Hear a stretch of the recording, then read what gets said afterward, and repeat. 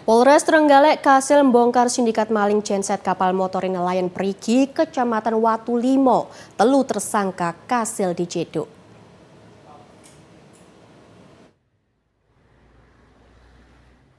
Nelayan Perigi, Kecamatan Watu Limo, Trenggalek iso ambekan lego.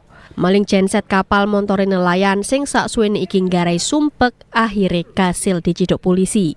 Ana telu pelaku sing diamano, yaiku DM umur 22 tahun, HW umur 39 tahun, Marek KM umure 56 tahun. Telu-telune warga desa Tasikmadu, Kecamatan Watu Limo, Trenggalek. Para tersangka iki dijeduk sak marine korban repot nek genset kapale ilang tepake senden nang pelabuhan. Gak cuma siji, tapi ono 8 genset nelayan sing ilange meh bareng. Polisi sing beber selidikan akhirnya kasil nyekel telu pelaku. Mesisan ngamano barang buktine, antarane pirang-pirang genset colongan, rantai wesi karo gembok, kunci T karo bronfit sing digawe tersangka nglakoni aksine.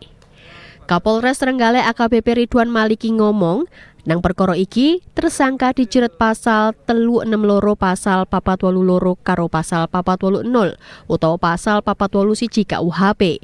Inciman hukumane paling suwe 7 tahun dibui.